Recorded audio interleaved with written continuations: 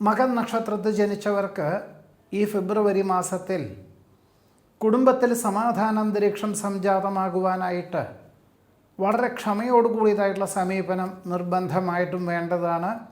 അല്ലാത്ത പക്ഷം ദാമ്പത്യത്തിൽ സ്വല്പം അസ്വാരസ്യങ്ങൾ ഉണ്ടാകുവാനിടയുണ്ട്. വളരെ ശ്രദ്ധയോടുകൂടിയതായിട്ടുള്ള സമീപനം വേണം.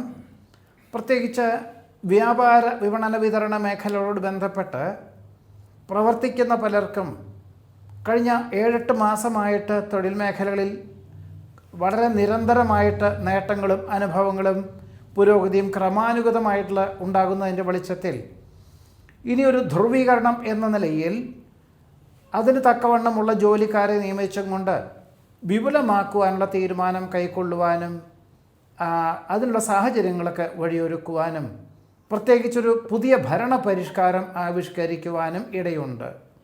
പലപ്പോഴും പല വിധത്തിലുള്ള സംശയാസ്പദമായിട്ടുള്ള സാഹചര്യങ്ങൾ ഉണ്ടാകുന്നതിൻ്റെ വെളിച്ചത്തിൽ പ്രത്യേക ഈശ്വര പ്രാർത്ഥനകൾ നടത്തുവാനും അഹോരാത്രം പ്രവർത്തിക്കാം എന്നുള്ളൊരു മാനസികമായിട്ടുള്ള തയ്യാറ് എടുക്കുന്നതും എല്ലാ വിധത്തിലുള്ള മാർഗതടസ്സങ്ങളെയും അതിജീവിക്കുന്നതിന് പോലും വഴിയൊരുക്കുവാനിടയുണ്ട്. ഇതാണ് മകൻ നക്ഷത്രത്തിൽ ജനിച്ചവരുടെ ഈ ഫെബ്രുവരി മാസത്തിലെ അനുഭവയോഗ്യമായിട്ടുള്ള ഫലങ്ങൾ. നമസ്കാരം.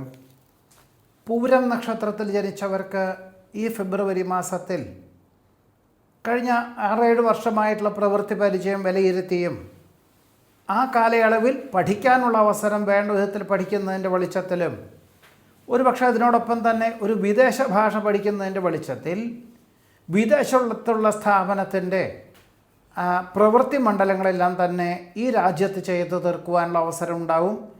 മംഗളവേളകളിൽ വെച്ച് വിശിഷ്ട വ്യക്തികളെ പരിചയപ്പെടുവാനും അവർ ചെയ്തു വരുന്ന തൊഴിൽ മേഖലകളുടെ ചില വിഭാഗങ്ങൾ സ്വന്തം നിലയിലുള്ള പ്രവർത്തന മണ്ഡലങ്ങളിലും അവലംബിക്കുവാനുള്ള തീരുമാനം കൈക്കൊള്ളുവാനും പൂരം നക്ഷത്രത്തിൽ ജനിച്ചവർക്ക് ഈ ഫെബ്രുവരി മാസത്തിൽ യോഗം കാണുന്നുണ്ട്.